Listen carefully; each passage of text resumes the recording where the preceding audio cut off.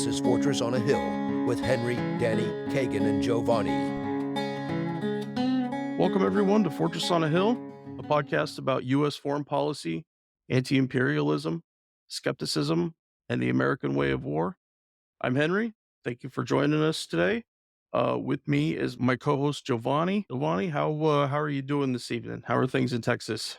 Everything is lovely out here. We have great weather today, and everything's just peachy out here. Nice sun and everything. I don't know where you're at, but yeah, we're having a great time out here. I am in rainy Portland, Oregon, and it has been cold and wet and pretty gross. With us, our guest today is Dr. Jeffrey Kaye, is a retired psychologist and who studies classified documents related to the Korean War, specifically about the biological and chemical use of weapons during that time. Dr. Kaye, how are you doing this evening? Thank you. I'm doing fine. I'm out in Hawaii, and of course, the weather here is great. Lucky duck.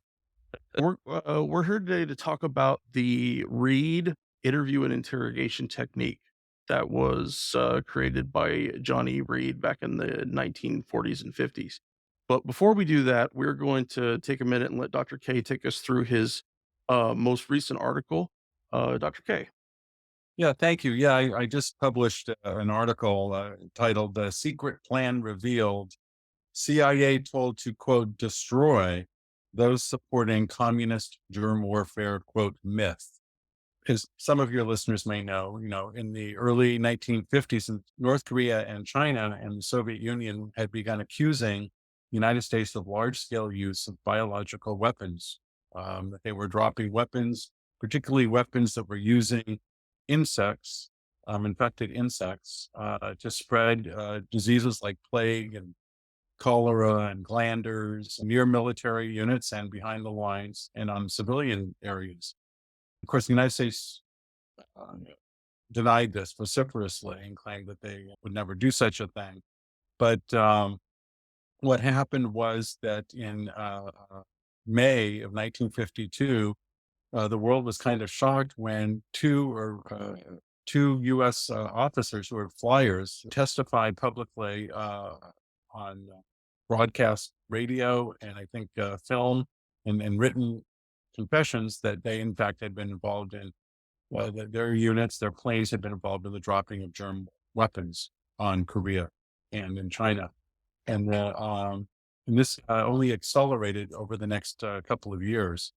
In the sense of more revelations coming out. All told, there were 25 different written confessions by U.S. officers, airmen, and a couple of high-ranking Marines. Two of the officers were very high-ranking. They were colonels that worked in the Pentagon, and one of them was the chief of staff of the 3rd Marine Air Wing, and the other was had previously been working in the Secretary of Defense's of the Air Force's office. And both of them had been considered World War II flying aces, were heroes, and here they were testifying to this. So it was one of the biggest controversies of the 1950s, and we still hear echoes today. Those of you who watched the Netflix documentary Wormwood might remember how Fort Detrick researcher and connected to the CIA by the name of Frank Olson had been murdered allegedly by the CIA. And precisely because he had become a security risk because he was expressing that he had doubts about this program and also the interrogation program that they were involved in, the United States government. And we were also using drugs, new, in those days, novel drugs like LSD and other drugs and other techniques to interrogate people for national security or military reasons. But this will touch into the Reid issue because John Reid, who you mentioned, of course, became famous for developing a paradigm of interrogation, which I guess we'll talk about. But Reid himself apparently, it's not known if he was involved in the research, but the researchers knew of him and were funding some of his work, the Department of Defense in the early 50s, around the same time.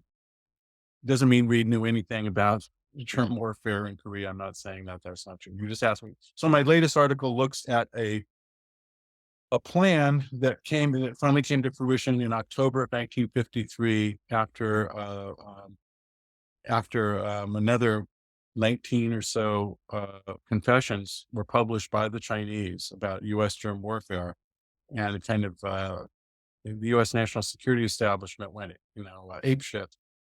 They were freaking out, really, and they were angry, and they were doing their best to come up with some way to deal with all this. And they had to admit to themselves that the propaganda they'd put out in the previous year hadn't worked very well.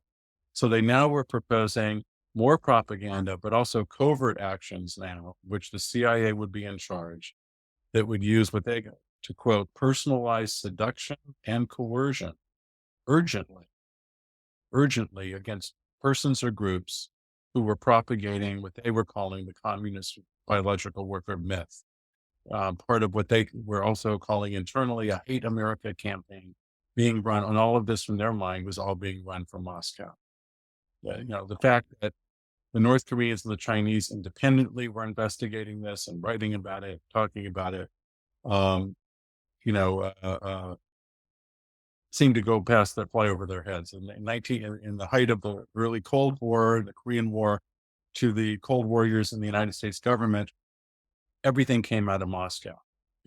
North Korea invaded South Korea because Moscow told them to, right? Mao did whatever Moscow told them to do. Today, we know that that's not true. But in those days, what?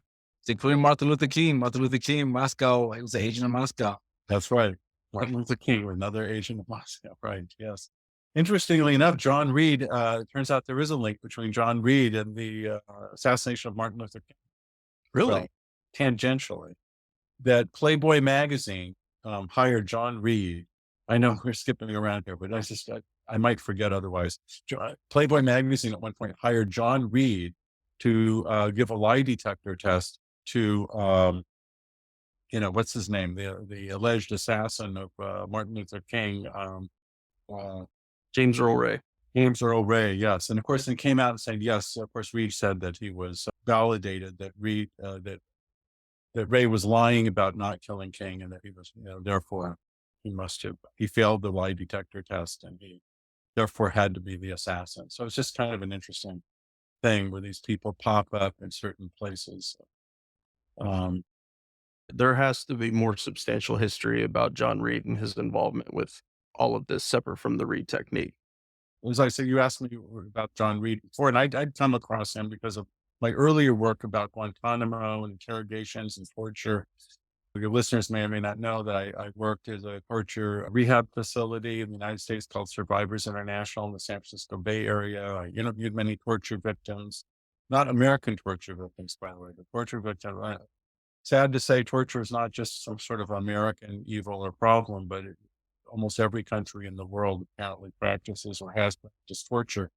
And the United States, with all of the problems it has with its own asylum system, is still in many ways far better than most other countries. And so many people will come to the United States seeking asylum.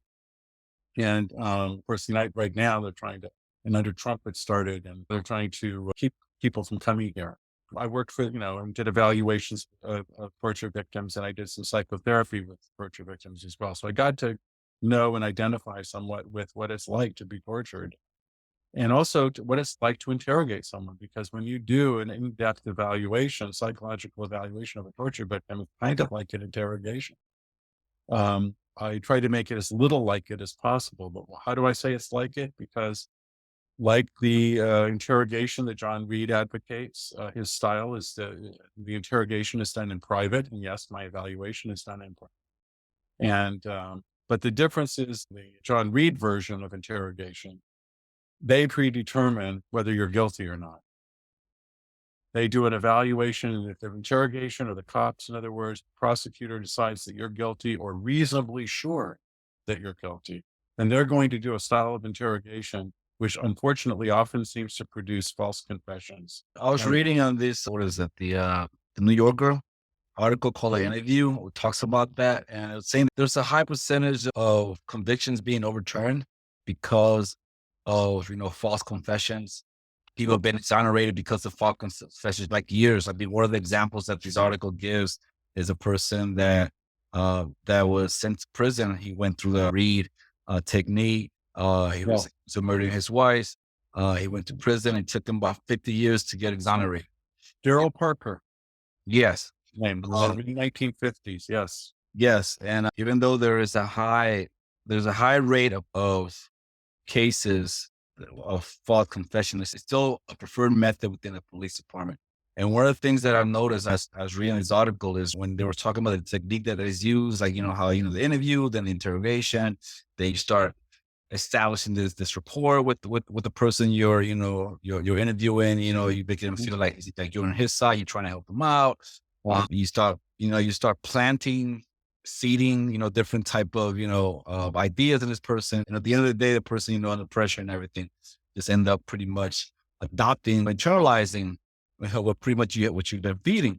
And when you look at these police shows, right, they use the exact same technique. Particularly if you ever watched the Law and Order show, it always ends and the person, the accused, just opening up and just confessing, and they use the same technique. So I just want to throw that in there. Yeah, I think believe that article, quotes the Innocence Project, which some of your listeners out there may be familiar with. It was Barry Scheck, I think, from O.J. Simpson trial fame many years ago. Anyway, he runs a project using DNA samples to exonerate people who were wrongly convicted. And according to the Innocence Project figures, 1/3 of those that are exonerated had confessed to the crime. In other words, they falsely confessed to the crime, proven by DNA evidence. They couldn't have done it, and yet they confessed. And, it's people will say, why would somebody falsely confess to murder or some other terrible crime? I said, it's a very good question. But as it turns out, everybody on some level has their breaking point. In the case of the guy you mentioned, Daryl Parker, he broke after 9 straight hours of interrogation. 9 hours. Okay. Some people can take 9 hours and they're not going to falsely confess, maybe the majority of people.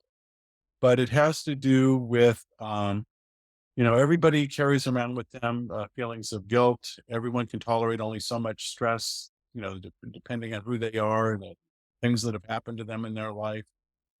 I would imagine many of your listeners, if they think about it, have probably on a very small scale, in fact, admitted to things they haven't done, but, but, but just on a very small scale, right?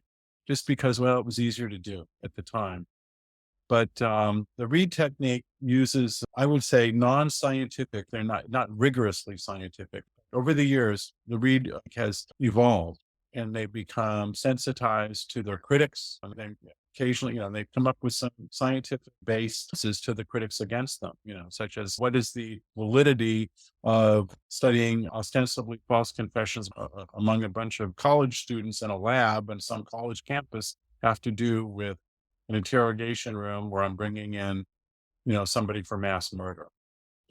So they're saying it doesn't transfer over, but that doesn't change the fact that the Reid technique is based a lot on anecdotal police culture, passed down over generations kinds of things. It certainly was a step up from the 3rd degree, where you take a lamp, shine in somebody's face, don't let them eat, don't let them drink, shout in their face for hours on end, until they confess to something. Maybe you beat them up a little bit or threaten to beat them up or threaten to hurt them. The Reid technique, even at the beginning, specifically said you don't use coercion, force like that. But they were doing other things that were kind of dubious and that psychologically were contributing to false confessions or appeared to be contributing to false confessions, such as keeping people isolated, sympathize, telling them that we know that you did it. We have all the information. We're just going to fill in some of the gaps. Wasn't always being sympathetic. They also used the good cop, bad cop routine. Sometimes, which is also known as Button Jeff, which is a bad cop comes in and says, you piece of crap, we know you did it. I should beat you to you're not supposed to say that in the Reid technique. You're not supposed to say I should beat you up, but he would say, you're just the lowest form of scum. And, what will your parents think of you when they find out that you're a rapist, and all this stuff. And, just keep them at that. And then the good cop comes in and says, what are you doing? Get out of it. get the guy, you go in the other room. And the good cop will sit down and say, that guy, I'm so sorry. Really, he's probably a lot of stress in his life. He shouldn't be saying these things. I get it. I get it. That the woman who was asking for it, right? She was wearing the skimpy dress and everything, and teasing you a lot. And, I think anybody might have done what you did. Meanwhile, if the person is innocent, this is, by presenting them with a false dichotomy of one way to go or the other way to go, leaves them almost no out except to choose one of the two ways, either of which ends up in a false confession. And that's that kind of subtle psychological manipulation, whether meant to be manipulative or not. I don't believe that all the false confessions were false because the cops or the interrogators set out to produce a false confession. Sometimes I think that did happen, but I think probably more often you would get what's called confirmation bias. They would look at you and say, well, because you're a black man, or because you're, homosexual, or because we don't like your looks, or because we found a couple pieces of evidence, we're under a lot of stress to solve this crime. In my mind, I've already decided you're guilty. And when you do that, this is true in life in general. In my mind, I've already decided that Putin's invasion of Russia is evil, and there's to be no possible reason to make that there's another side to that story at all, right? Confirmation bias, and anything I hear gets screened out based on that. The same with someone in the interrogation room. The one case that I looked at in any detail was the case of, it wasn't specifically a Reid technique, but it was very similar, probably informed by that kind of training on some level of a Navy cryptanalyst back in the late 1990s by the name of Daniel King. He was he worked for the NSA. He was a Navy petty officer, I believe, but he was assigned to the NSA to do cryptanalysis. And they accused him of giving information. I forget it was to the Russians or the Chinese or somebody.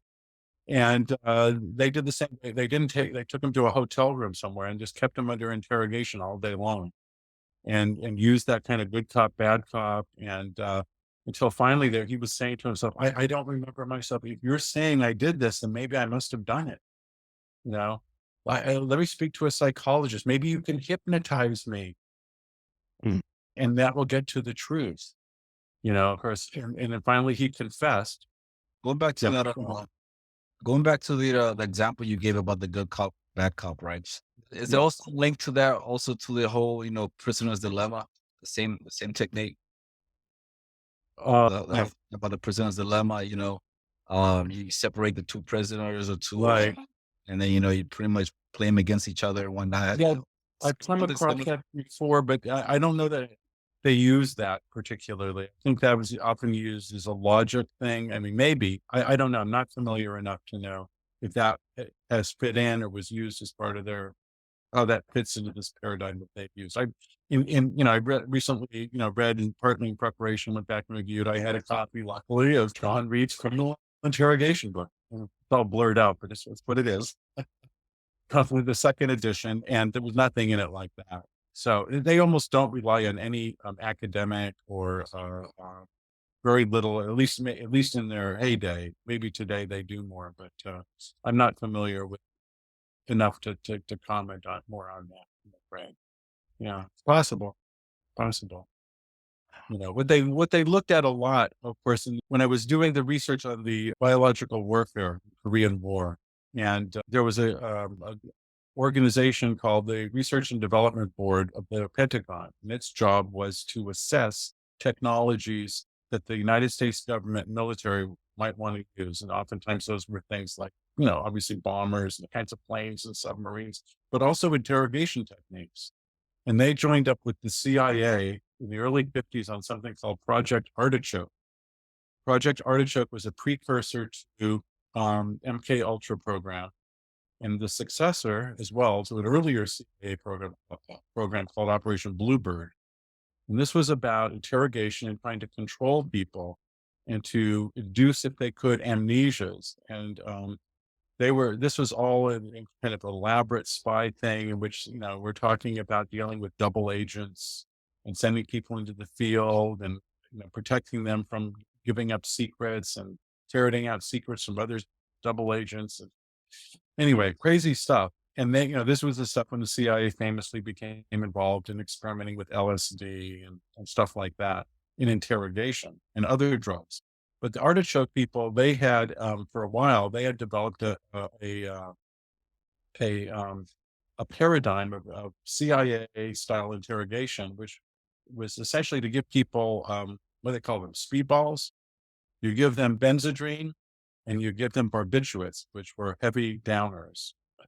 And then you subject them, give them also hallucinogens, or you hypnotize them, or you give them electric shock. There were different variations. And the idea was to regress the person and to make them talk, of course, and to be able to maybe implant ideas in their minds to control them,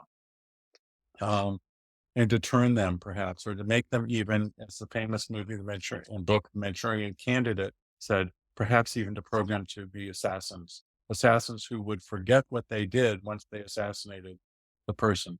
That's allegedly, some people believe that's what Sirhan did to Robert Kennedy.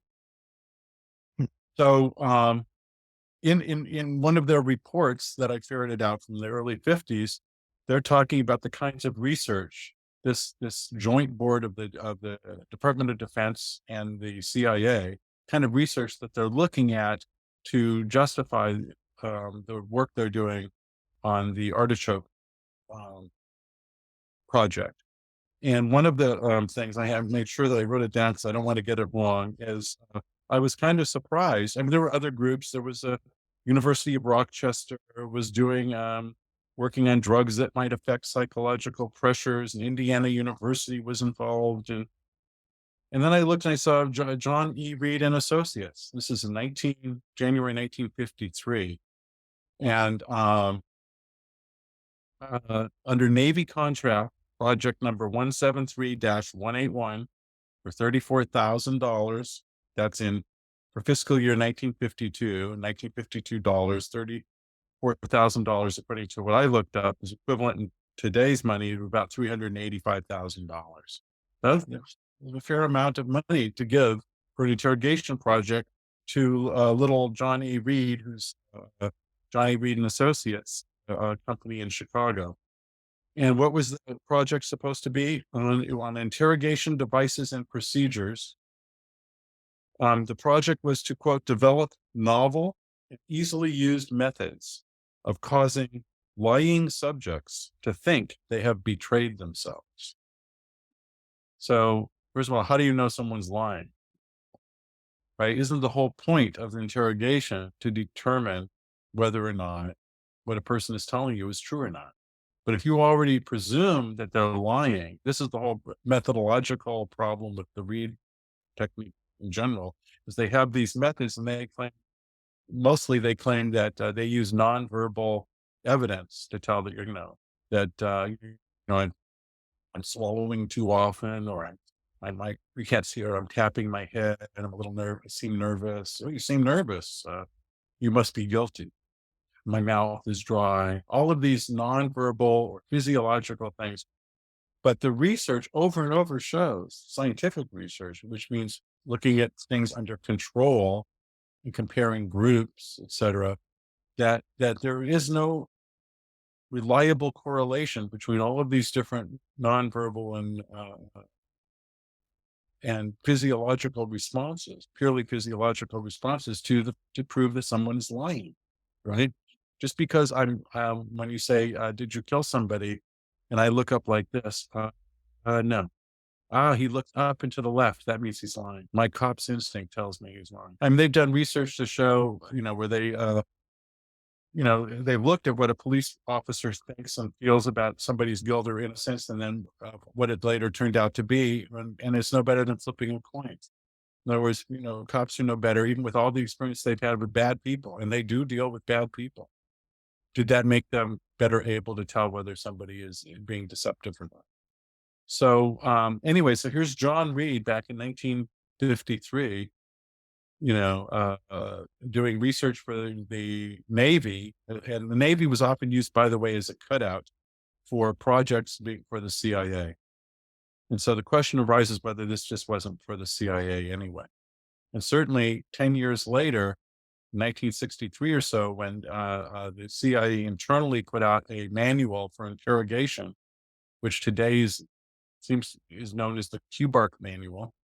QBARC was the CIA's own name for itself. It's counterintelligence interviewing and interrogation, in which they spent about a third of that manual describing coercive techniques of interrogation, use of drugs, sleep deprivation, threats of harm, sensory deprivation, other kinds of things, solitary confinement, as ways to coerce people to confess. That's So what they call it enhanced interrogation technique. yes, and then in fact, when I saw that, I said to myself, this has to be related to the earlier work that was done in QBARC and MK Ultra. And sure enough, that was finally validated in a document that was released via an ACLU lawsuit. And there was a memoir, an internal memoir by the head of the CIA's Medical Services Division. They were involved in the enhanced interrogation program. And his memoir is his memory to some kind of internal board about what went on, what went down after 9/11. And he made it quite clear that there was a group of people who were quite enamored with MK Ultra.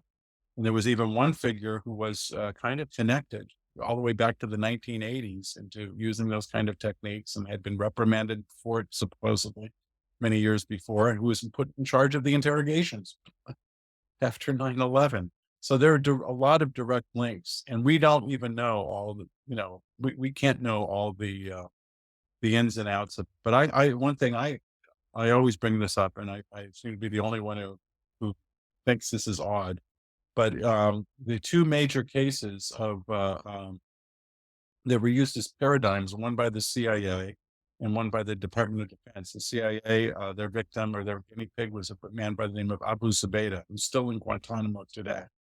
And the other was a man recently released only just, I think, earlier this year from Guantanamo, Mohammed al-Qahtani, who people might remember Time magazine publishing the interrogation logs of al-Qahtani's interrogation, where he was, spun around in a chair and, forced nudity and dogs, threatening him and all sorts of stuff. He was their first, he was their model prisoner. They were first testing out their theories of coercive interrogation after 9/11. Both of these men had experienced serious head trauma when they were younger. And Qahtani, in fact, apparently had become schizophrenic, and they knew this all along and covered it up. Abu Zubaydah had epilepsy, seizures as a result of his terrible head injury. So is it just coincidence, or what are the chances the two primary figures used to begin and to test out their new theories of torture, both were people who had severe head trauma, a history of severe head trauma? History of severe head trauma is not a typical thing.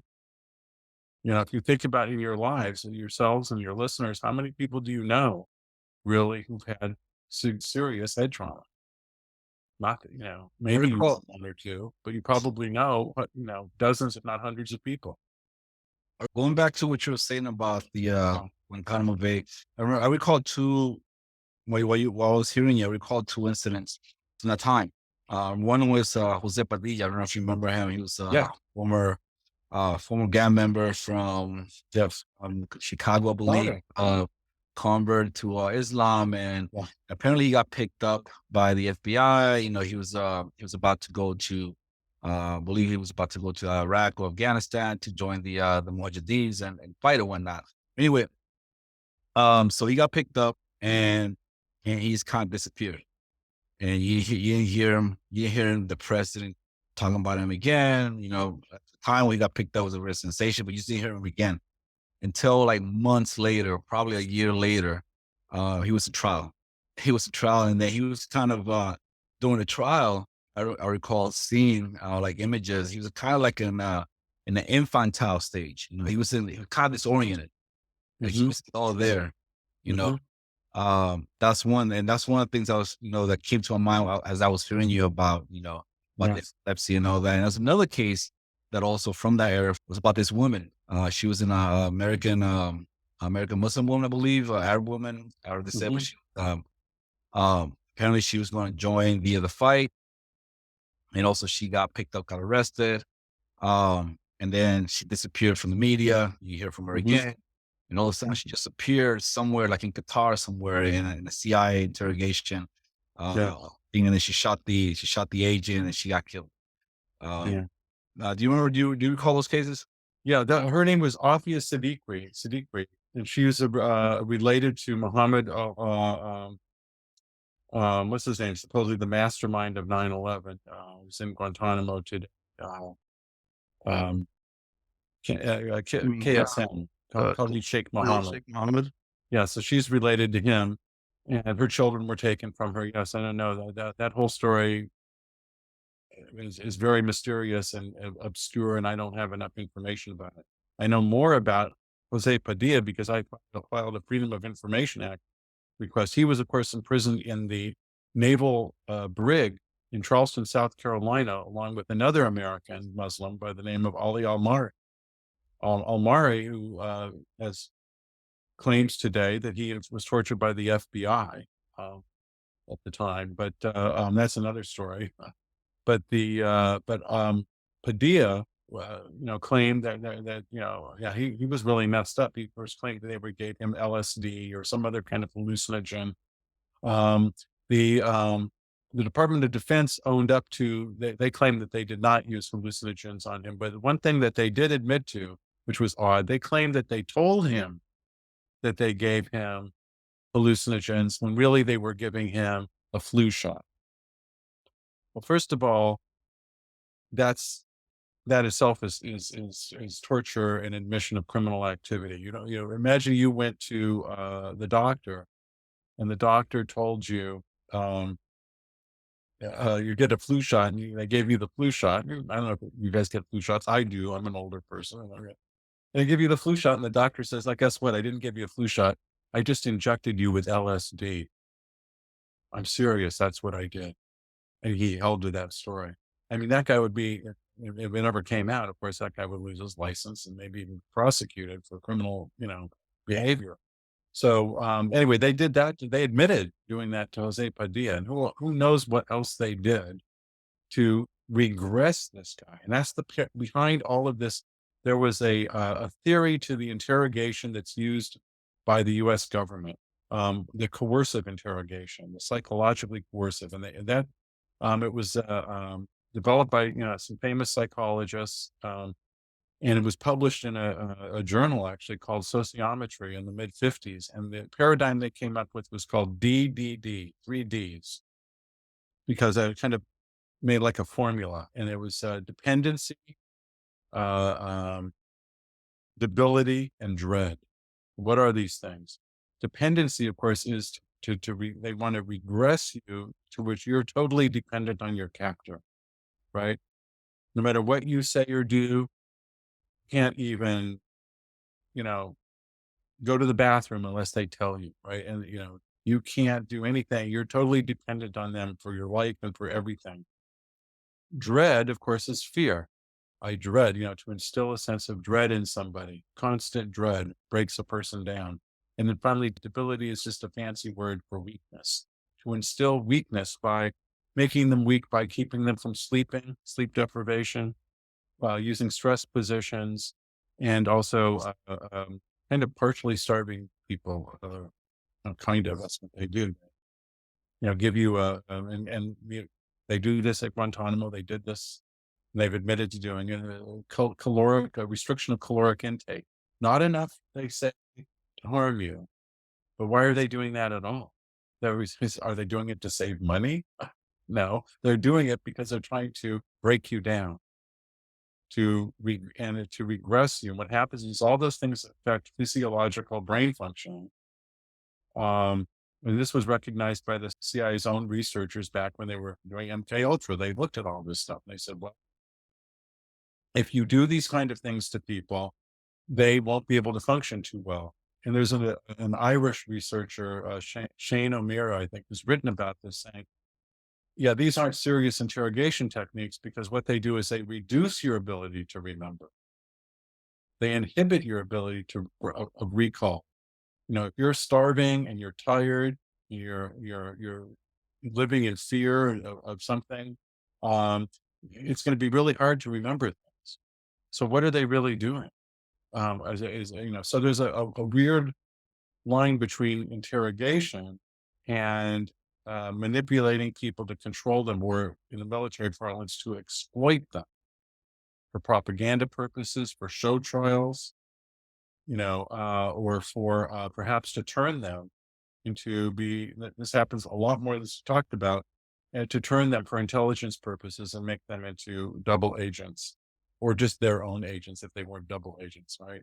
And you've heard this over and over where the FBI, for instance, will, catch some kind of young person, they're like 17, 18 years old in a chat room and then kind of lead them on to say crazy stuff and then, tell them, oh, you'll meet with us. You meet with them. And anyway, they kind of set them up and then they say, well, you know what? We can put you away for a long time for terrorism, or you can work for us. Why don't you go to this mosque and just report on us what people are saying, what they're doing, and tell us about this person. Now, Guantanamo, one reason that they hated Julian Assange so much for so many different reasons, but in terms of Guantanamo, WikiLeaks released a slew of all of the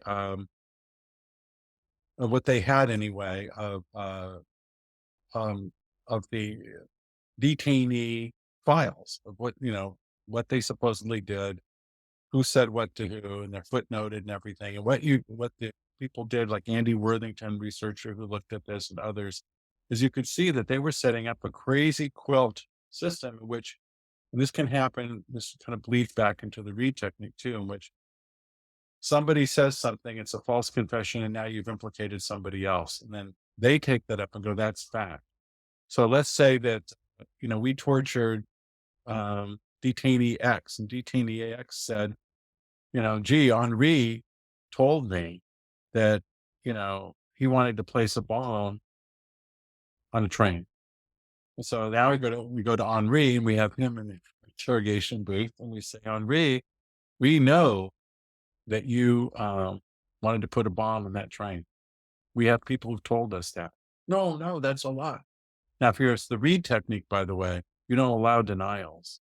You put a stop to that as quickly as possible because you're going to convince them to confess. So you have, and what you had at Guantanamo were hundreds of people, and many of them had been flipped to I don't know how many, we can't know, but some of them anyway had been flipped to inform on others. And some of them just gave false testimony because they were scared or to get better, treatment and all sorts of reasons. And it's also possible a few of those reasons were that someone actually knew something that was true about somebody else and they said it under interrogation. But what seemed overwhelming was how many people were framed up out of a cloud of a mass of different false confessions or false admissions or implications about other people's behavior when under coercion. So coercion, if I was a central theme of what I'm saying, is really the use of coercion, psychological coercion, sometimes physical coercion, and the line can be blurry there, and often is, to make people do what you want, to control them, and to for your own purposes. And the United States isn't alone in this, by the way, of course.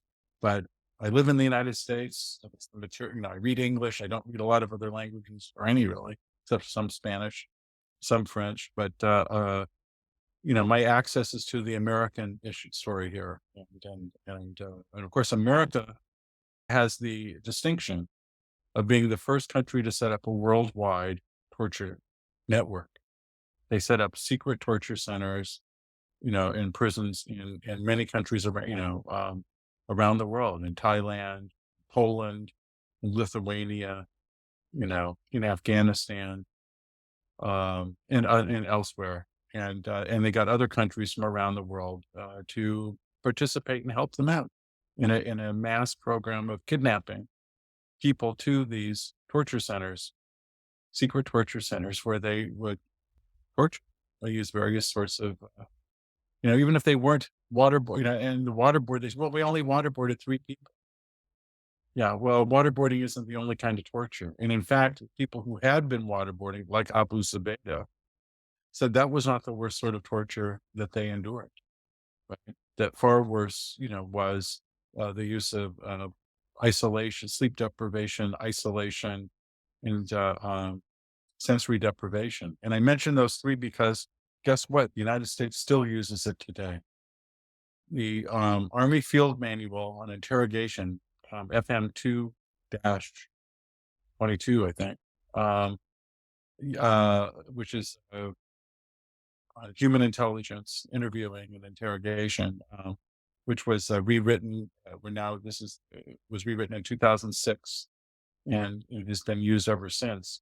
Has a special provision, and not only does it call for techniques such as mutt and juff, good cop, bad cop, or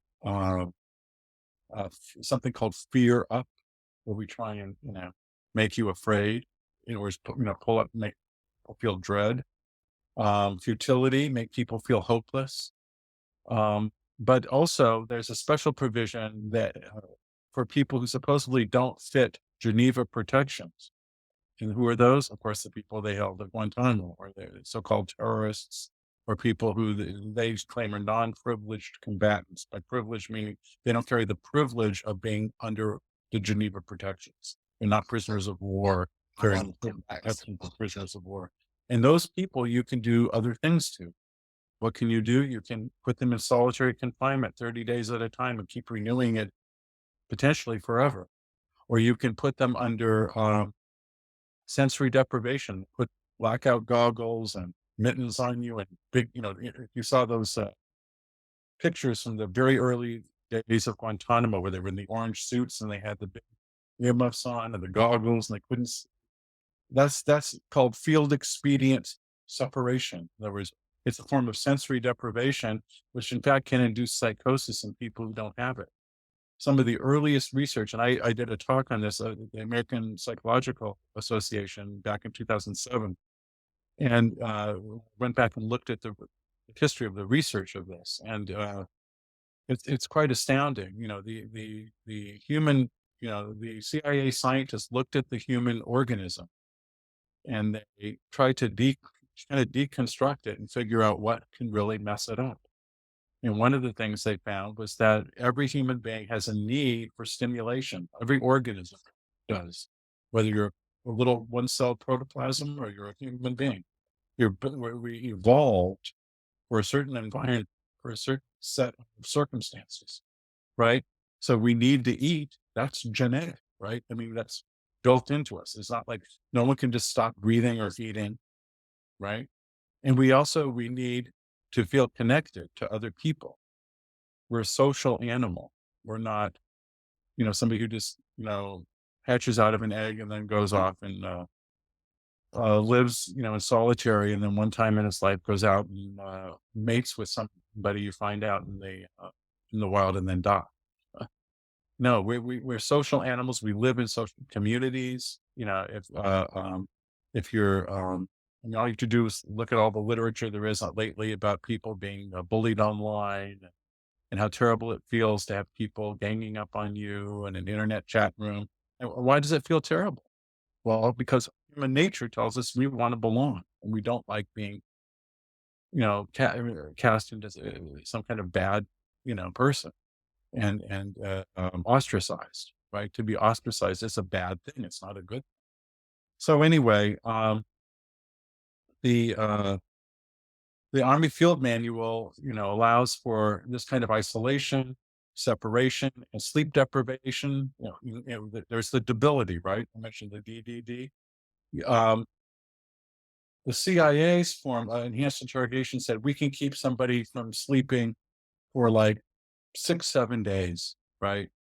We can do that. Of course, that's that's you can chain them up there. The form of sleep deprivation was to chain people up, like, and hang them, suspend them, and then if they started to fall asleep, go wake them up, and it was pretty horrible. And so the Army Field Manual is a little bit more sophisticated. So they're not chaining people up and keeping them up for 6-7 days. What they said was, we can keep someone from having no more than 4 hours sleep a day for 30 days, and that's renewable. So anyone here who's gone on 4 hours sleep knows that, the next day you're going to not feel so great. And if you do that again and again and again and again and again and again, and I could just go on 30 times and bore your listeners. But if I could do that, you're going to be a mess. You start breaking down. So that's allowable under the current Army Field Manual. An Army Field Manual, which, by the way, the liberals in Congress, the Democratic Party, championed as an alternative to the CIA's enhanced interrogation techniques and wrote it into law, mandating this manual, putting it in and saying, this is what we use. So we can keep people, also manual includes reduced caloric intake, manipulation of the environment, meaning we can make it, pretty cold in your cell. We'll make sure you don't get hypothermia, but you're going to be uncomfortable. All of these are ways to destabilize and break down a person. DDD. Make them afraid, fear up. They have a technique also called ego down, which is to insult you, make you feel terrible. They even changed the wording of the fear up in the 2006 manual from what it used to be, because it had been in earlier versions of the manual. But in this manual, they now said, guess what? We can we can form new fears. Before, the idea was that we leverage fears that we already learned you have. So if we, like Abu Zubaydah, you're afraid of insects. Well, we're going to make you afraid that maybe we're going to put you in a box with insects. But the new Army Field Manual, the one that came in 2006, now said you can create whole new phobias and fears people never even had before. So that allows for a lot more creativity by the interrogator. And of course, they were encouraged to mix all of these together in all sorts of different ways. So it's pretty horrific. I mean, and today this has fallen off of the human rights groups used to talk about this, and they used to make a big deal out of it. And once Obama became president, to be honest, they kind of dropped it because either they hoped he would do something. He said he would. He had an executive order. He started a new group called the High Value Interrogation Group that was going to research humane interrogation and do all this. But the Army Field Manual is still there. And there's some good people in government who continue to keep trying to change that and bring this out, but it never really gets any traction. And I wrote about it first about 12 years ago. Here we are 12 years later and nothing's changed. Nothing. There's a film called My Name is Khan. I don't know if you heard about it. Came out in 2010 and it's about it's like a drama romance, right? There's they're like Pakistani, I believe, and the protagonist, he's kind of a little cognitive challenged, and he falls for this other woman. Anyway, long story short is that he get picked up as a terrorist suspect, all right, and he get taken to the police, or get taken to whoever picks him up, the FBI and whatnot, and they do. And the part of the film shows exact. So everything you just said right there about sleep deprivation and making the room cold, and keeping them up, showed in that film, and all the techniques and everything. He keeps saying, "I am calm. My name is calm. My name is calm," because apparently they the whole thing is that they were looking for another person with the same name, and they just picked him up. And they just they did all the technique on him, all the torture technique on him. And that's one of the points I want to bring, because I saw this film on, I think, Netflix. I'm not sure, but you mentioned Netflix earlier about this other incidents and other cases that happen and everything like that. I just wanted to ask you, what is the relations between all this covert spy stuff and everything, but then it shows in film? What's the purpose of showing in film? It's supposed to be covert, is it a way to desensitize the public, or what's your Right. I mean, are you saying, well, how do these things even come out? Yeah, those come out in What's the movies. They always point of make a it? movie about it. Yeah. Yes, like Yeah. there was something happened and they make a movie about it. What's the other one? The Zero Dark 100, and how Zero Dark 30. Yes. the other dark, and then 24. They just make Yeah. movies about Yeah. it. Well, I'd say a lot of it comes under the dread part of DDD. In other words, they're quite specific. They've said they don't want people to know or be sure exactly what the government's going to do to you when they get you. Now we're talking about national security, by the way, interrogations.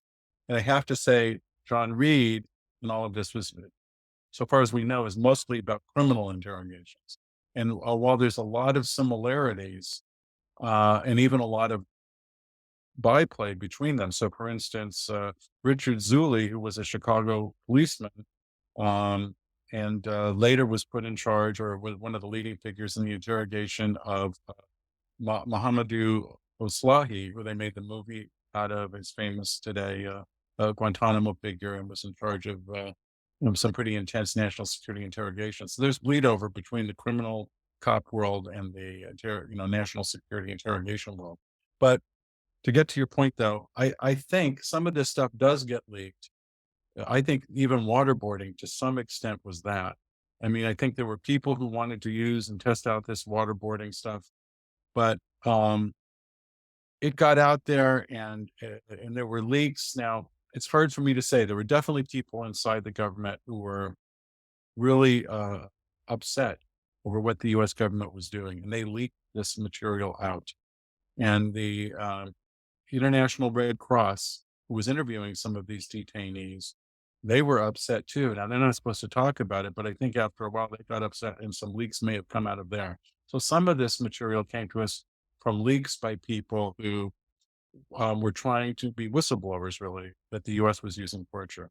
But I don't discount the idea that you might be hinting at that some of this material is allowed out there because, yeah, they would like the bad guys or who they think are the bad guys to think that if we get you, who knows what we'll do to you?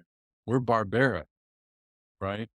You don't know whether or not, how what you're going to be treated. They might, you're going to be sitting in that cell wondering if they're going to come in and throw you up against a wall and then waterboard, right? That's going to make you very nervous.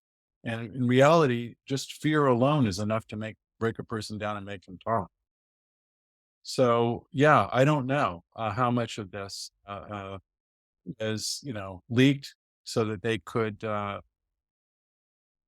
make people fear the government and when they get captured want to talk because they fear something worse, or we're hearing about it in the media because of whistleblowers. I mean, it's hard to say. You know, A lot of these films, they have consultants. They have DoD consultants. They have yeah, military consultants. Like 24 and Zero. Doc what 30. they do.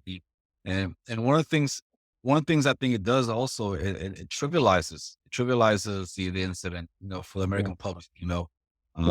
And yeah, it just trivializes it, and then the American public just desensitizes. You know, Yes, not definitely. not And to it dehumanizes the people who were victimized by this.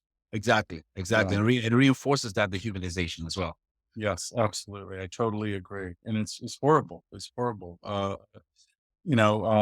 And most Americans just aren't aware. Well, they thought about it. They go, yeah, I guess so. But just, how damaging the torture and these kind of things are to people. Right now, I know in the press just right now, the detainee at Guantanamo, al-Baluchi, I believe his name is, a Libyan prisoner, was tortured by the CIA. Now he's at Guantanamo, and has been asking for years to get medical treatment for torture, what they call torture rehabilitation. Remember, I worked at a place, it was a torture rehabilitation center. What does that mean? You hook people up with doctors and psychologists or therapists who can help them work through the trauma of torture. Most torture victims, most, probably most, but I would say many, if not most, end up with severe PTSD and depression.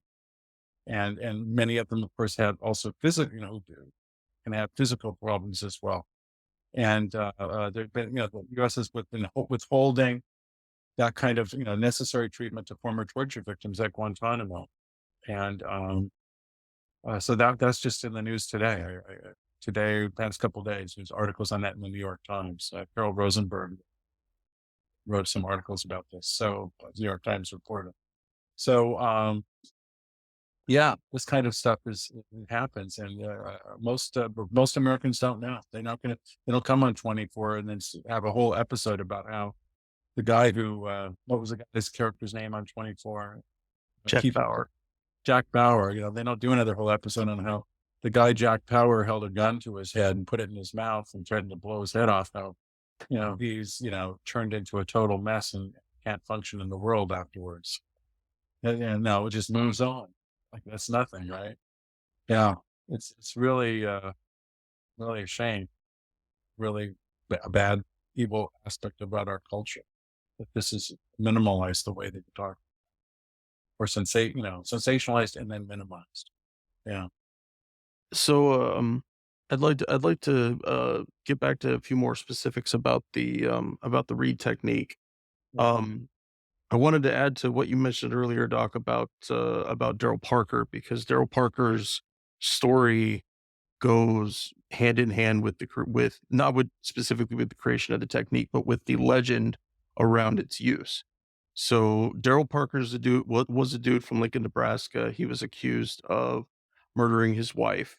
The Nebraska cops tried to get him to confess, and then they ended up calling in John Reid, who was a relatively new addition to the Chicago police and a new attorney. But he had been known by word of mouth that he was able to get people to confess. So he went there.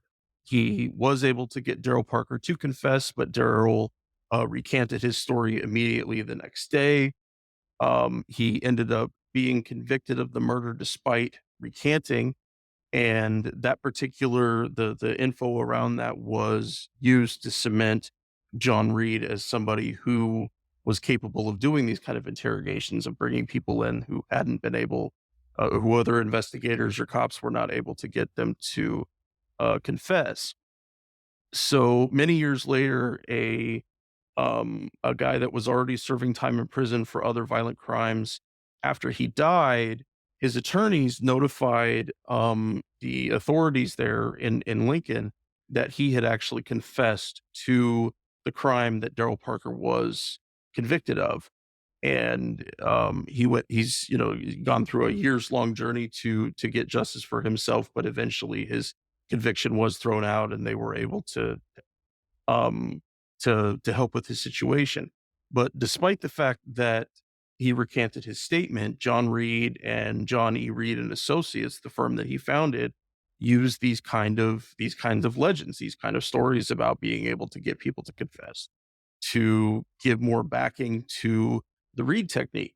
Now, the Reid technique came after years of changes within law enforcement that started with something called the Wickersham Commission in 1931, and they specifically dealt with this term called the third degree, which what Dr. K mentioned earlier about shoving bright lights in people's faces, keeping them isolated, lots of different ways of psychologically messing with someone, up to and including physical violence. The report said that the experts that they talked to back in the 30s, the police investigators and captains and stuff, they all kind of poo-pooed the third degree is gone. We've done away with it. We don't even use it anymore. But obviously it hadn't gone away. And so two things developed in the path of that. The first was polygraph examinations, which is something we'll touch on briefly today, but we'll probably talk about that more in a future episode. But a way to try to figure out, and through polygraph, through scientific determination, who is actually lying, actually hooking somebody up to a machine, measures the respiration, measures how much they're sweating, and it has no scientific backing whatsoever. It does not tell you whether or not a person is being truthful or not. Essentially, you might want to look at it as a prop. It's a prop that investigators and interrogators use to say that the machine told me, sir, that you have lied to me. And by having that backing, that they could get more information out of who they were speaking to. What happened with John Reid is that in that same time, John Reid developed what is now referred to as the Reid technique, and it has and still does to a certain extent the trappings of science to say that it is still scientific, that there are measurable things that a person does that can be seen, like what you mentioned earlier, Doc, that if I shift in my seat, if I look a certain direction, if I'm sweating a lot, if I do certain things, that means definitively that someone is lying. Again, no scientific backing. There is no way that you can possibly know that. So, to get onto the Reid technique specifically and break it down a little bit, this was a course that I went through as a drug investigator in the Army.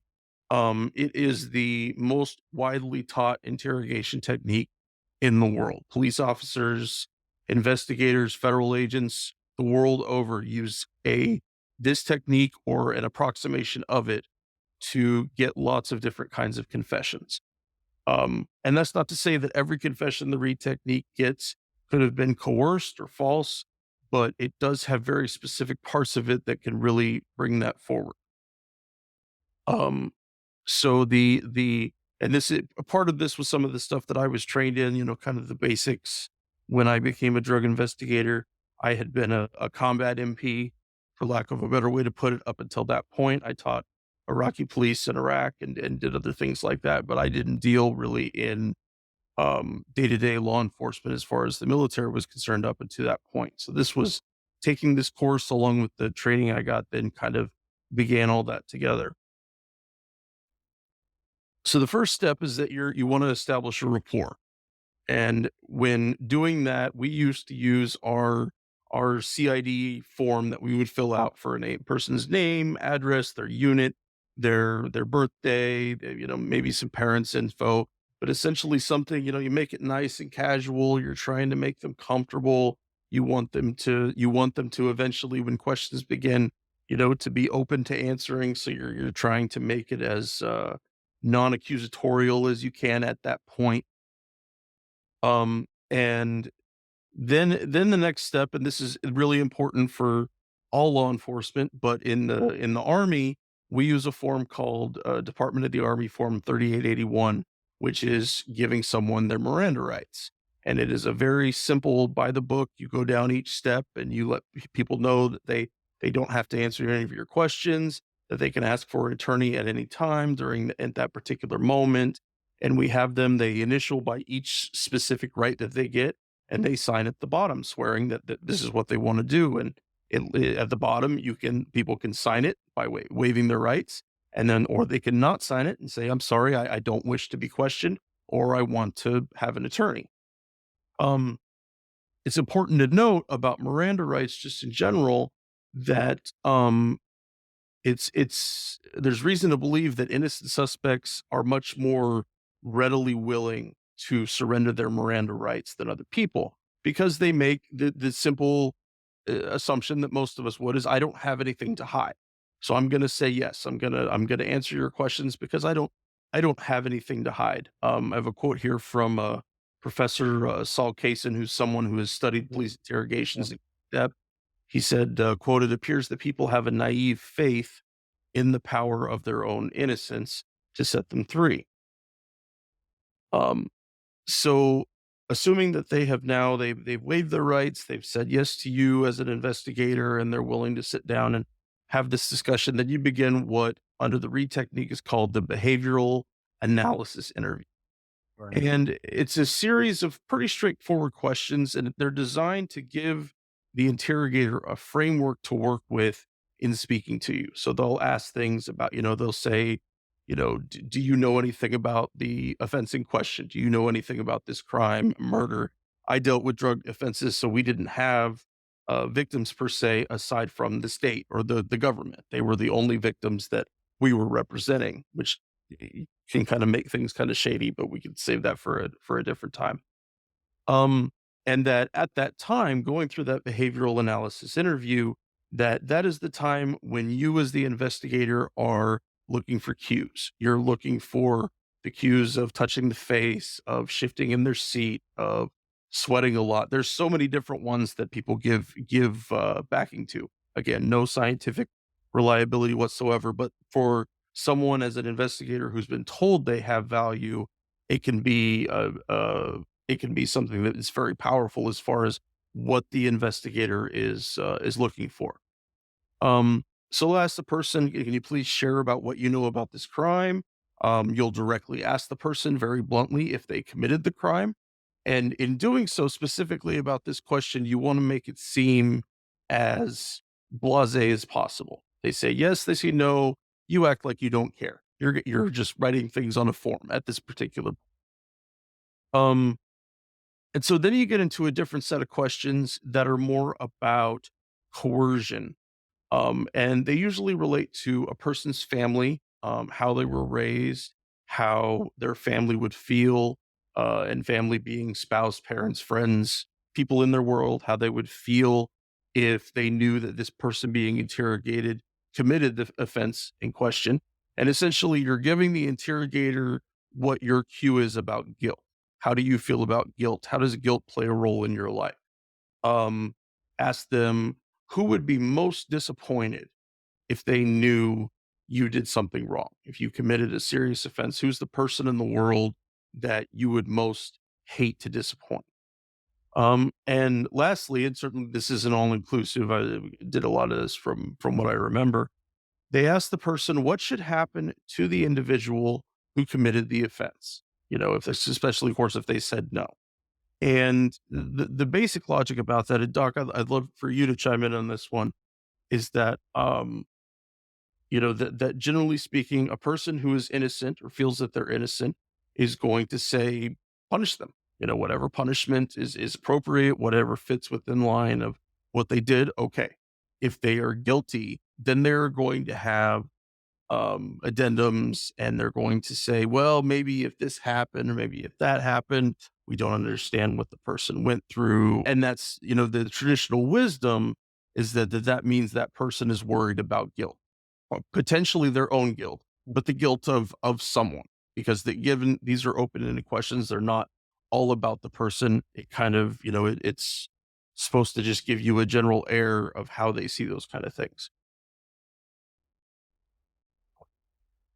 Um, So then you're supposed to. I was trained that you leave the interrogation room, the interview room. So Mhm. the interview room. I go back to my desk and I sit there for about 10 minutes or so, and I watch them on our little monitor thing and kind of seeing how they're responding to what just happened. And again, none of those questions were supposed to be really direct or accusatory. They're supposed to just be as blasé, simple, filling out a form as possible for the most part. Then after that 10 or 15 minutes, and some of this is stuff that I was taught too, it's not all exactly specific to the Reid technique. Then you return to the interview room and you give the person being interviewed something called a theme. And essentially what you do is you develop a theme based upon what you have learned about them, how they take in guilt, how they, if they act, and of course, if they already admitted to it, like for my instance, did you use marijuana? Well, and they say yes, none of this has to happen. They say yes, we fill out the details, we go through the thing, they get punished, life goes on. That's as far as the Reid technique is concerned. But if they say no, you come in with this theme and you're trying to convince them that it's okay. It's okay that they did the thing that they did, as long as you don't give them any kind of reprieve of legal culpability. You can morally and ethically tell them, "Hey, dude, this is bullshit. I'm sorry. This isn't right. I can't believe this is happening to you. But the thing is you're trying to slow walk them into admitting what actually happened. And it can get so dense at certain points. And I remember the specific example given in the course because it's floored me at that time. And it had to do with someone being questioned about child abuse, about actually putting their hands on a kid and sexually abusing them in some way. And the idea that they gave is that you essentially empathize with them as deeply as you can, and you tell them that it's not such a big deal. It's not such a big deal. And in whatever way that you want to come around with that, Mhm. maybe in your own weird way, you were trying to protect this child that instead you were actually abusing. But you give someone the ethical and moral space to let go of their angst a little bit, to get it out there. And so at that point, assuming that they have confessed, you'll make a statement. And generally speaking, and I'm for CID, we didn't record interviews, but generally speaking, these days, if any aspect of a police interrogation is recorded, it's usually only the creation of the statement. It's not the long, long hours, Right. and then it could be shorter, could be hours of many, many hours of the beginning of the interview, all the different questions that were asked up until this point. It leaves out a whole bunch of context for anyone trying to look back and say, what actually happened in these hours when you were in this room being interrogated? So you'll create the statement. And generally speaking, when I was doing that, I wrote the statement for them. They would dictate to me what they wanted to say, and I would type it out. And then I would add in little questions if there were little clarifications I needed to make about what they had happened. Um, and as far as like for CID, that statement and the rights waiver, the DA form 3881, those are the only evidence of the discussion. Those are the only things that are come out of that room. So whatever actually happened, if anything was actually threatened, if anything was not fitting within what the parameters of things, there's no record of it. You know, at best, there was another detective or an investigator watching on a monitor or something like that. Um, so that's just, and so I wanted to throw that out for everybody just to kind of have an understanding of what this is really about. This is something that ordinary people can get approached with in their life. That, you know, that police do investigations, ending up at the police station having to have this kind of discussion is not out of the realm of possibility. And like I mentioned about Miranda rights, is that Yeah. most people who see themselves as innocent and unaffiliated are much more willing to their rights. Yeah. Well, what I've always heard is you should never been told over and over again. Attorneys say this, do not speak to the police No, without an attorney present ever. no, Even I don't care how innocent you are, you could be the most, you could have just come down from heaven. Have an attorney there with you. Yeah, at least because you don't know any. I truly believe that anybody just about could be susceptible to making a false confession if the circumstances were right. If, absolutely, if, absolutely. because of human psychology that allows this to happen. And it may not happen on a given day. It may be that on a different day, Daryl Parker, let's say, wouldn't have confessed, or it could have been a different victim. He might not have confessed. Who knows? You know, uh, kinds of, I know they try to leverage guilt, the idea of guilt, Yep. and they truly believe in the urge to confess, which was a psychoanalytic concept, by the way, uh, that was propagated a lot in the early 20th century. Is that criminals, there's an urge to confess. So you see this even in popular fiction, in in works of Edgar Allan Poe, for instance, The Telltale Heart. The guy, people do feel guilt and they do want to confess. But thank you. I haven't really been able to hear somebody who's been through some of this training. It's very enlightening to hear what you were told and the steps and how you went through it. And I know that they claim there's 9 steps, but they don't have to be followed religiously. But the whole idea is to produce as I see it, to produce a product. That product is the written confession. Mhm. A written confession for court. You're going to book or by crook. The Reid people claim that when there are false confessions, of course, this is still what they claim today. Anytime there was a false confession, it's because people just didn't follow the Reid technique properly.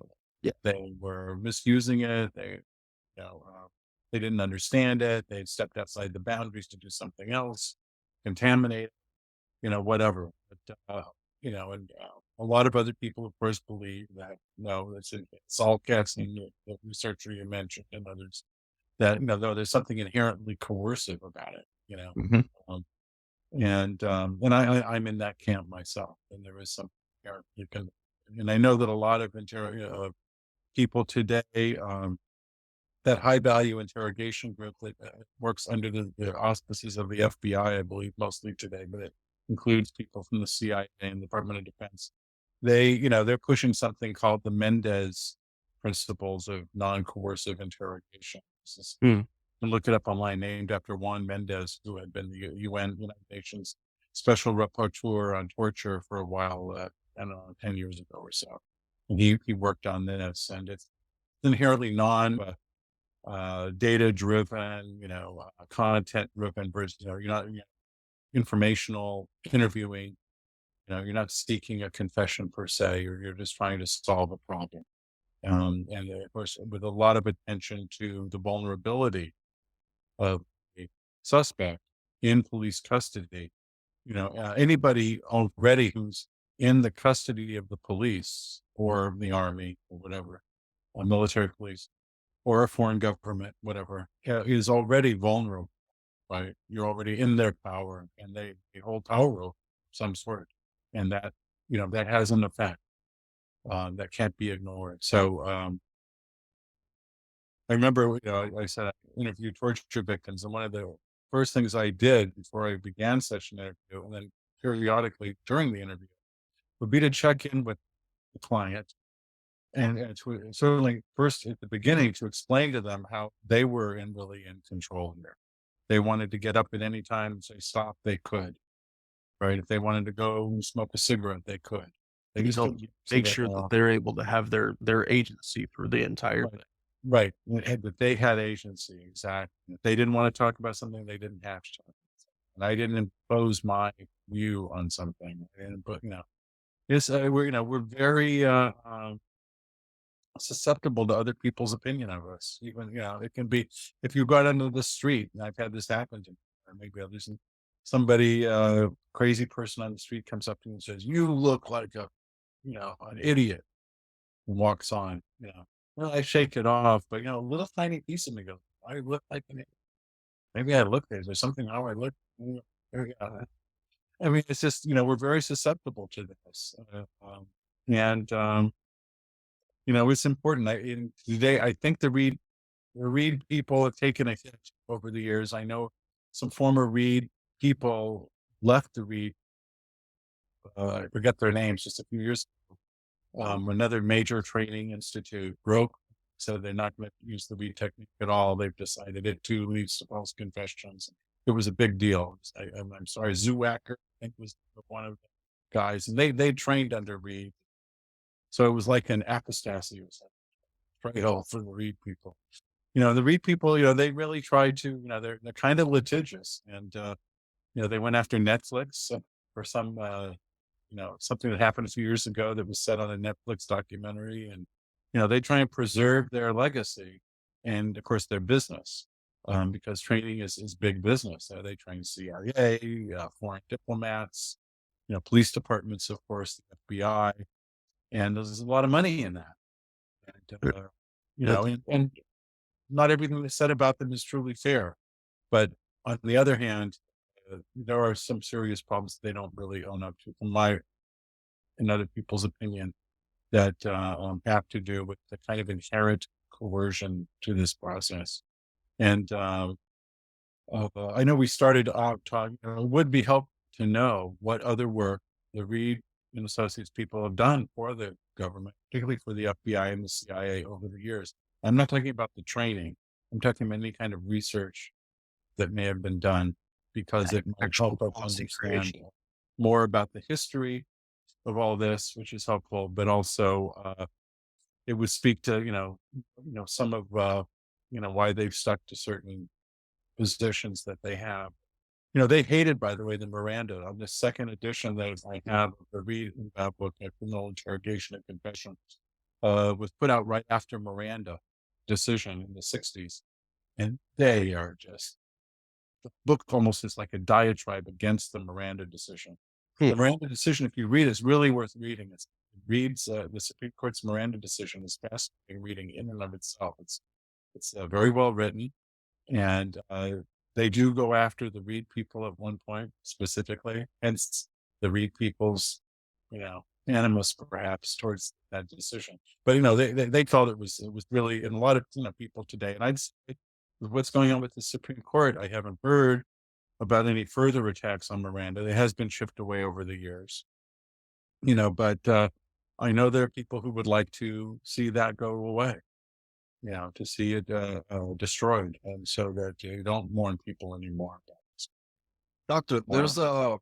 there's also alternative methods as well to read, right? I'm reading Yes. one called the preparation and planning, engage and explain, account, closure, evaluate. Like Back with the peace peace talk, I think they call it. that is used in the UK. Uh, Well, is that in your opinion, is that a fair alternative or to read? I'm aware of it. It sounds like it is, but I haven't investigated it. The more I look at things, sometimes, people who run uh, these kind of things in the world, particularly in the military intelligence side, they're always, kind of protecting themselves, and they're always looking for, they don't give up their, they want to control, and so I don't know. This may be a very humane technique. I'm sorry, I just really haven't investigated it enough, nor these new Mendez techniques that they're talking about. Um, I do know that when the high value interrogation group, who is against the Army field manuals techniques and putting forth these humane techniques, nevertheless, in their own research on false confessions, seem to me to have engaged in some questionable research behaviors when they went some years ago, not that long ago, but into college campuses and did research on false confessions in which they took college students and divided them up and put them to prove how easily false confessions can happen, but put people in a situation where they had admitted that they were cheating when they weren't, and told them that, would say things to them, well, how will your family feel when they find out that you were cheating in college and got expelled, right? To make them confess. College student, right? And they were not read into this. And then later, of course, they were told afterwards, oh, this was all just a research thing. But uh, that kind of stuff can harm people. So it's very difficult to do research that replicates and helps illuminate the kind of dilemmas that occur around all of the things we're talking about, because of the potential dangerousness, and the vulnerability. We are so vulnerable, the vulnerable ability to. And that's why it's hard to assess. So if I were to look at that piece thing that you brought up, it's used in the UK or the Mendez, I'd have to do an awful lot of reading and thinking and talking. And I just, my own researchers have taken me elsewhere. The fact that I know something about the Reid technique comes out of my interest in interrogation in general, what I found out in the Daniel King case, and what I was felt I needed to become somewhat aware of what was considered the mainstream interrogation, so I could better understand the things that weren't mainstream or that were inherently abusive, like the Appendix M of the Army Field Manual, which uses those techniques I talked about, or the enhanced interrogation techniques. But, how are they really different? Well, okay, I better study and see, what is the control question technique of Reid and Ebow? What is the behavioral analysis interview, that you were speaking to on, and those kind of things. So I had a sense, and of course, there's, you know, turned out, of course, there was overlapping aspects to all of these things, but definitely the Reid technique is not the enhanced interrogation technique. That's of another whole, and this wasn't the third degree, but it's its own thing, and it uses, it uses a form of psychological manipulation and isolation of the person in a controlled setting that makes some vulnerable people confess falsely to under pressure and manipulation to to something to end that dilemma that they're in. Like you mentioned, the prisoners, not the prisoner's dilemma, it's just the personal dilemma they're in of being, in this interrogation and being accused over and over again. They say we don't accuse them, but what they say, you accuse them. I don't understand how they can say they don't accuse them. They're saying, we have the information. Or we'll even say, in the case of Daniel King, they knew, they gave him polygraph tests, and they knew that the results of the polygraph test were, quote, inconclusive. But they went to him and they said, polygraph shows that you're lying. And the courts have allowed the police to decide to lie, really, and in the I was service to say that. I was going to mention that. Yeah, Was it a Supreme Court decision that they can lie, something like that? there was this. I don't have it in my hand, but there have been, of course, different court decisions, and some of them contradict each other. But yeah, I believe there was a decision that allowed a certain kind of deception. Yeah. was allowable. I can't think of them right now, I but can't think of the name, and I can't think of the boundaries of deception that were allowed. But it was quite disturbing to read that any deception was allowed. Why? We're trying to get to the truth. You know, um, you know, uh, we're a lot more. We understand more today about what happens when people are in a position of power. We've seen this with the Me Too movement, and abuse in the workplace, or making an unsafe workplace, for people in various ways. And that people in positions of power can misuse that power, sometimes without even realizing they're doing it. They need to be made aware of it, because power differential is a real thing. But nowhere is that, I think, really brought home as important as in either a prison, inside a jail or a prison itself, or in an interrogation room, where there you are, uh, presuming you've been put under arrest. But even if you haven't put under arrest, you've just fallen under suspicion. That itself is a very powerful, by the state apparatus, a very powerful situation, scary situation to be in. So again, if your listeners are listening, what do I do? You get an attorney. Whatever you do, Yep. get an attorney. Just remember that. Don't say anything, get an attorney, and they will help you through it. I'll call Henry. I'll at least come bail you out. Well, I think that's a good place for us to wrap it up for today. Dr. Kaye, thank you for coming and joining us and giving us your time and your experience. I know you and I have gone back and forth about a whole slew of other topics to discuss to go along with these lines. I'm sure at some point, hopefully soon, we'll do an episode specifically on the Army's field manual on interrogation. I think that would be a good breakdown for our audience. But Yeah. Well, given that I never would have thought years ago that this would still be an issue in 2022, 23. Now we're going into what it is. People know the United Nations in 2014 told the United States government, the United States government is a signatory. I know we're going over, but the United States government is a signatory, and it was ratified by Congress of a treaty called the Convention Against Torture. United Nations treaty. Most countries in the world are signatories to this, and say we don't torture, we don't do this. And one of the ways they put, and a mechanism was set up via the treaty to police that, because torture is such a problem. And so that means that every so many years, each country comes up for review, and the United Nations reviews their policies and practices, and what they, reports of torture in that country. They came to the United States back in 2014 for their review, and they said, guess what? Your Army field manual uses things that cause psychosis that could be construed as torture. You need to change that. All right. You need to rewrite that, change that.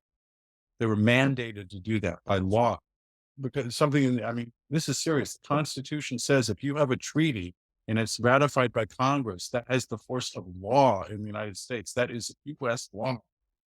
And and whether it's the Obama administration, or the Trump administration, or the Biden administration, or much earlier, the Bush-Cheney administration, they are breaking those laws repeatedly, over and over and over. That thing should have been rewritten and addressed, wait, 8, 9 years ago, almost 10 years ago now. And wait a minute, maybe it was longer than 2004. I didn't have to go back. It was a long time ago. I think it might have been 2009.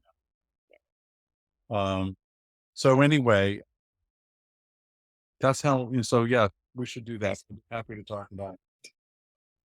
Sounds great, Doc. Well, thanks to everyone for joining us today. I hope the discussion was educational. I know I really enjoyed going back over it and lots of little questions and things. And hope to see you guys again next time.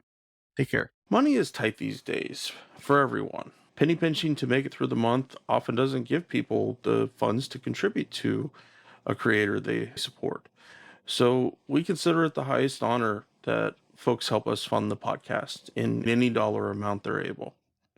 Patreons is the main place to do that, and for supporters who can donate $10 a month or more, they will be listed right here as an honorary producer, like these fine folks: Fahim Shirazi, James O'Barr, James Higgins, Eric Phillips, Paul Appel, Julie Dupree, Thomas Benson, Janet Hansen, Daniel Fleming, Michael Karen, Ren Jacob, Howard Reynolds, Rick Coffey, Scott Spalding, Spooky Tooth, and the Status Quo podcast.